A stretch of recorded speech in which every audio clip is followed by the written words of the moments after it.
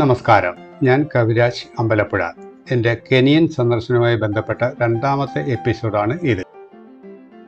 ഇന്നലെ ഞങ്ങൾ എയർപോർട്ടിൽ നിന്ന് വന്ന് താമസിച്ച ലേക്ക് നൈവാഷ സിംബ ലോഡ്ജിൽ നിന്നും ഇന്ന് രാവിലെ തന്നെ പുറപ്പെട്ടു. ഇന്ന് ഞങ്ങൾ സന്ദർശിക്കാൻ ഉദ്ദേശിക്കുന്ന സ്ഥലം നക്കൂര തടാകത്താൽ സംരക്ഷിക്കപ്പെട്ടിരിക്കുന്ന നക്കൂര നാഷണൽ പാർക്കാണ്. ഞങ്ങൾ താമസിക്കുന്ന ലോഡ്ജിൽ നിന്ന് ഏകദേശം 35 കിലോമീറ്റർ ദൂരെയാണ് അത്. നക്കൂര പാർക്കിലേക്ക് ഉള്ള വഴിമധ്യേ കണ്ട കാഴ്ചകളാണ് ഇപ്പോൾ നിങ്ങൾ കണ്ടുകൊണ്ടിരിക്കുന്നത്. മരങ്ങളും കുറ്റിച്ചെടികളും നിറഞ്ഞ പുൽമേടുകളാൽ ചുറ്റപ്പെട്ട് മനോഹരമായ നക്കൂര തടാകം സ്ഥിതി ചെയ്യുന്നത്. സന്ദർശകർക്ക് നക്കൂര തടാകം മുതൽ ചുറ്റുമുള്ള മലഞ്ചരിവുകളും മനോഹരമായ വരമ്പുകളും വരെയുള്ള വിശാലമായ പാരിസ്ഥിതിക വൈവിധ്യമാർന്ന ആവാസ വ്യവസ്ഥകളും ആസ്വദിക്കാനാകും. നക്കൂര പാർക്കിലേക്ക് കയറാനുള്ള പാസ് എടുക്കാൻ ഞങ്ങളുടെ ഗൈഡ് പോയിരിക്കുകയാണ്. ഇതിനുള്ളിൽ പാർക്കിന് അടുത്ത് കണ്ട ഒരു കരകൗശലശാലയിലേക്ക് ഞാൻ ആദ്യം കയറി. ഉടമസ്ഥരുടെ അനുവാദത്തോടെ അതിനുള്ളിൽ വശം ഞാൻ ചിത്രീകരിച്ചു. തികച്ചും വിനോദസഞ്ചാരികളെ മാത്രം ആശ്രയിച്ചാണ് ഈ കരകൗശലശാല പ്രവർത്തിക്കുന്നത്. അല്ലാതെ ഇവിടെയുള്ള നാട്ടുകാർക്ക് ഒന്നിൻ്റെയും ആവശ്യം ഇല്ലല്ലോ. പ്രദർശിപ്പിച്ചിരിക്കുന്ന എല്ലാ വസ്തുക്കളും ഈ കടയുടെ പിന്നിൽ ഉള്ള വളരെ പരിമിതമായ സ്ഥലത്ത് തന്നെയാണ് നിർമ്മിക്കുന്നത്. അവിടെ ഞാൻ പോയി ഒന്ന് ചിത്രീകരിക്കാമെന്ന് തീരുമാനിച്ചു. തികച്ചും യാതൊരുവിധ യന്ത്രസാമഗ്രികളുടെ സഹായം ഇല്ലാതെ കൈക്കൊത്തുപണികളോടി ആണ് ഇത് കംപ്ലീറ്റ് ഉണ്ടാക്കുന്നത് എന്ന് ഞാൻ മനസ്സിലാക്കിയപ്പോൾ എനിക്ക് അത്ഭുതം തോന്നി. ഒറ്റത്തടിയിൽ ഒരു കഥ രചിക്കുകയാണ് ഇദ്ദേഹം. ഇവരുടെ കഴിവുകളെ വേണം നമുക്ക് ആദ്യം ഒന്ന് അംഗീകരിക്കേണ്ടത്. സ്ഥലപരിമിതിയാണ് പ്രധാന കാരണം. നോക്കുക, കണ്ടാൽ നമുക്ക് മനസ്സിലാകുമല്ലോ ഏത് സാഹചര്യത്തിലാണ് ഇവരുടെ കലാസൃഷ്ടികൾ ഉണ്ടായിക്കൊണ്ടിരിക്കുന്നത്. തികച്ചും നല്ല പ്രാഗൽഭ്യരായ കലാകാരന്മാർ തന്നെ ഇവരാകപ്പാടെ ഉപയോഗിക്കുന്നത് കൈക്കോട്ട്, ചെറിയ ഉളികൾ, അരം മുതലായവ മാത്രമാണ് ഉപയോഗിക്കുന്നത്. ഒരു പ്രത്യേകത നമുക്ക് മനസ്സിലായത് ഈ ശില്പങ്ങൾ എല്ലാം ഒറ്റത്തടിയിലാണ് നിർമ്മിച്ചുകൊണ്ടിരിക്കുന്നത്. അതിലാണ് എനിക്ക് കൂടുതൽ അത്ഭുതം തോന്നിയത്. യാതൊരുവിധ പശകളോ അല്ലെങ്കിൽ ആപ്പുകളോ മറ്റുള്ള കാര്യങ്ങളോ ഒന്നും തന്നെ ചേർക്കാതെ ഒറ്റത്തടിയിൽ തീർക്കുന്ന ഈ ശില്പങ്ങളുടെ ശില്പികളെ ഒന്ന് അംഗീകരിക്കുക തന്നെ വേണം. വളരെ അത്ഭുതത്തോടു കൂടി മാത്രമാണ് എനിക്കിതെല്ലാം കാണാനും മനസ്സിലാക്കാനും സാധിച്ചത്. അവർക്കൊരു ബിഗ് സല്യൂട്ട് ഞാൻ കൊടുക്കുന്നു. സമയപരിമിതി കാരണം എനിക്ക് കൂടുതൽ കാര്യങ്ങൾ അവിടെ ചിത്രീകരിക്കാൻ സാധിച്ചില്ല. അത് ഇനി മറ്റെവിടെയെങ്കിലും ചെല്ലുമ്പോൾ കാണാം അല്ലെങ്കിൽ ചിത്രീകരിക്കാം എന്ന ആഗ്രഹത്തോടെ, എന്ന ഉദ്ദേശത്തോടെ വീണ്ടും ഞങ്ങൾക്ക് പുറപ്പെടാനുള്ള പാർക്കിൻ്റെ സൈഡിലേക്ക് വന്നു. ഇതിനുള്ളിൽ തന്നെ ഞങ്ങളുടെ ഗൈഡ് പാസുമായിട്ട് എത്തിച്ചേർന്നിരുന്നു. എങ്കിലും ഞങ്ങൾക്ക് എല്ലാവർക്കും കൂടി ആ ലേക്ക് നക്കൂര നാഷണൽ പാർക്കിൻ്റെ മുന്നിൽ നിന്നും ഒരു ഗ്രൂപ്പ് ഫോട്ടോ എടുക്കണമെന്ന് താല്പര്യപ്പെട്ടു. ഞങ്ങളുടെ കൂടെ ഉണ്ടായിരുന്ന ഡോക്ടർ നവാസ്, അദ്ദേഹം സ്റ്റെതസ്കോപ്പിനേക്കാൾ കൂടുതൽ പ്രേമിച്ചിരുന്നത് ക്യാമറയാണെന്ന് തോന്നുന്നു. അദ്ദേഹത്തിൻ്റെ വൈവിധ്യമാർന്ന ക്യാമറ പ്രാഗൽഭ്യം ഒന്ന് എടുത്തു പറയേണ്ടത് തന്നെയാണ്. അതിമനോഹരമായ ക്ലിക്കുകളാണ് അദ്ദേഹം രൂപപ്പെടുത്തിയെടുക്കുന്നതും എടുക്കുന്നതും. യാത്രയിലുടനീളം ഞങ്ങൾക്കത് ബോധ്യപ്പെട്ടിട്ടുണ്ട്.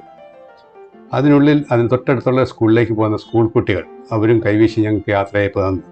പാർക്കിലേക്ക് കയറാൻ വേണ്ടിയുള്ള ഞങ്ങളെല്ലാവരും തയ്യാറായി നിൽക്കുകയാണ്. ഇനി ഞങ്ങളുടെ ഗ്രൂപ്പാണ് ഇനി കയറാനുള്ളത്. ഞങ്ങൾ 3 വണ്ടിയിലായിട്ടാണ് എല്ലാവരും കയറിയിരിക്കുന്നത്. ഒരു വണ്ടിയിൽ 5 വീതം, മറ്റൊരു വണ്ടിയിൽ 6. അങ്ങനെ 5 5 10 6 16 പേരാണ് ഞങ്ങൾ ഇറങ്ങുന്ന ഗ്രൂപ്പ്. 3 വണ്ടിയിലായിട്ടാണ് പാർക്കിലേക്ക് പോകാൻ തയ്യാറായി നിൽക്കുന്നത്. സമുദ്രനിരപ്പിൽ നിന്നും 1754 മീറ്റർ ഉയരത്തിൽ സ്ഥിതി ചെയ്യുന്ന റാഫ്റ്റി വാലി തടാകങ്ങളിൽ ഒന്നാണ് നക്കുരു തടാകം. നക്കുരുവിന് തെക്ക് കെനിയയിലെ വിള്ളൽ താഴ്വരയിൽ ഇത് സ്ഥിതി ചെയ്യുന്നു. നക്കുരു നാഷണൽ പാർക്ക് തടാകത്താൽ സംരക്ഷിക്കപ്പെട്ടിരിക്കുന്നു. നക്കുരു ദേശീയോദ്യാനം 1961 നക്കുരു പട്ടണത്തിനടുത്തുള്ള തടാകത്താൽ ഇത് സംരക്ഷിക്കപ്പെട്ടിരിക്കുന്നു. അവിടെ സൃഷ്ടിക്കപ്പെട്ടതാണ് ഈ പാർക്ക്. ആയിരക്കണക്കിന്, ചിലപ്പോൾ ദശലക്ഷക്കണക്കിന് അരയന്നങ്ങൾ തീരത്ത് കൂടുന്നത് ആണ് അറിയപ്പെടുന്നത്. പാർക്കിലേക്ക് കയറിയതും ഞങ്ങൾ പ്രതീക്ഷിച്ചിരുന്ന അത് വന്യമൃഗങ്ങളെ കാണണമെന്നുള്ള വലിയ പ്രതീക്ഷയോടെയാണല്ലോ ഞങ്ങൾ ഗ്രൂപ്പിലെത്തിയത്. ഈ യാത്ര തന്നെ വന്നത് അതിനു വേണ്ടിയാണല്ലോ. ആദ്യമായി ഞങ്ങളുടെ ശ്രദ്ധയിൽപ്പെട്ടതാണ് ഒരു കൂട്ടം കാട്ടുപോത്തുകൾ. വളരെ ആകാംക്ഷയോടുകൂടിയാണ് എല്ലാവരും അത് കണ്ടതും ചിത്രീകരിച്ചതും. ഞാൻ നേരത്തെ സൂചിപ്പിച്ച അരയന്നങ്ങളുടെ ഒരു ആവാസ കേന്ദ്രമാണ് ഈ തടാകം. തടാകത്തിലെ അരയന്നങ്ങളുടെ എണ്ണവും വെള്ളവും ഭക്ഷണ സാഹചര്യങ്ങളെ അനുസരിച്ച് വ്യത്യാസപ്പെടുന്നു. കൂടാതെ ജിറാഫുകളെയും കറുപ്പും വെളുപ്പും നിറത്തിലുള്ള കാണ്ടാമൃഗങ്ങളെയും സംരക്ഷിക്കുന്നതിനായി അതോടൊപ്പം മറ്റുള്ള മൃഗങ്ങളെയും ഒരു സാങ്കേതികമായി തടാകത്തിന് ചുറ്റും 188 കിലോമീറ്റർ വിസ്തൃതിയിലുള്ള ഒരു പ്രദേശമാണ് സംരക്ഷിക്കപ്പെട്ടിരിക്കുന്നത്. ആ പ്രദേശത്തൂടെയാണ് നമ്മൾ ഇപ്പോൾ യാത്ര ചെയ്യുന്നത്. ഒരു സീബ്ര, ഒരു ഒറ്റയാൻ സീബ്രയാണോ എന്നെനിക്കൊരു ഡൗട്ട് തോന്നി. അല്ല, അല്പം ദൂരം മാറി ഇവൻ്റെ കൂട്ടം ഉണ്ട്. കൂട്ടത്തിൽ നിന്ന് ഇവനെ തള്ളിവിട്ടതാണോ? ഒരു സംശയം ഇല്ല, അവൻ അവൻ്റെ ഗ്രൂപ്പിലേക്ക് ചേരുന്നുണ്ട്. ഇവിടെ വന്ന് ഇവൻ ഒറ്റയ്ക്ക് എന്താണ് ചെയ്യുന്നത്? ഇവനെ അവർ ഇറക്കി വിട്ടതാണ്, കൂട്ടം തെറ്റി അവനെ ഓടിച്ചു വിട്ടതാണോ? ഇവന് കൂട്ടുകാരായിട്ട് ആരും തന്നെ കാണുന്നില്ല.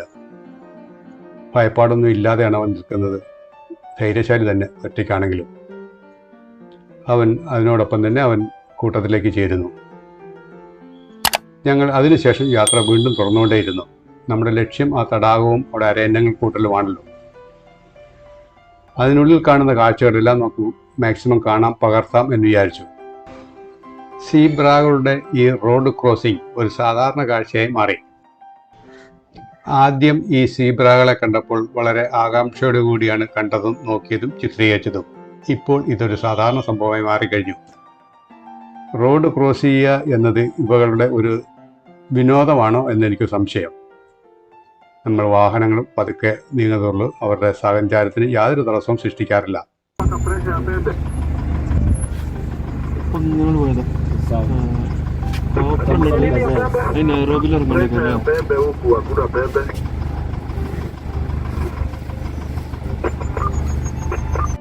മറ്റൊരു കാര്യം നിങ്ങളുടെ ശ്രദ്ധയിൽപ്പെടുത്താനാണ് ഞാൻ അല്പം മുമ്പ് എൻ്റെ ശബ്ദം മ്യൂട്ട് ചെയ്തത്.